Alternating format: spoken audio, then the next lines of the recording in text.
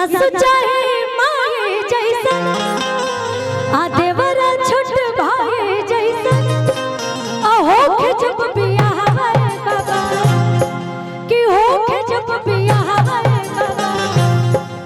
और हम मांगतनी बाबा से कि राम जी के जैसन चाहे, राम जी के जैसन चाहे हमारो दुल्हा बाबा।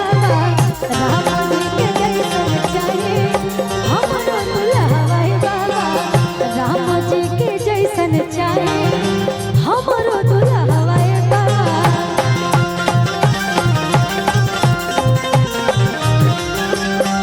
सासु चाहे माए जैसन देवरा छोट भाई जैसन।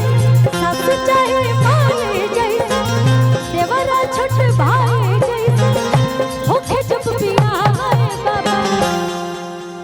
लड़कियां कहती है बाबा से कि होके जब बियाह बाबा आ राम जी के जैसन चाहे हमारो दुल्हा बाबा। हमारो दुल्हा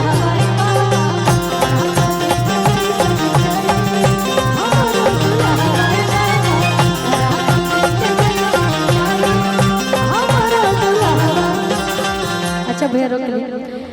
और जो भी बबुआ के मम्मी पापा बालो चाहे परिवार के लोग बने जाए सभी जाइल बाकी नहीं आए, सब लोग यहाँ पे उपस्थित है ना जी। जनक शुभ बेला में हमने जो उपस्थित भइल बनी जा तो हम चाहम कि एक दुगो सोहर होके के चाहिए बबुआ खातिर। ओकरा बाद से बहुत सारा गीत संगीत के फरमाइश आइल आप सबके वो सुनावल जाए, लेकिन उससे पहले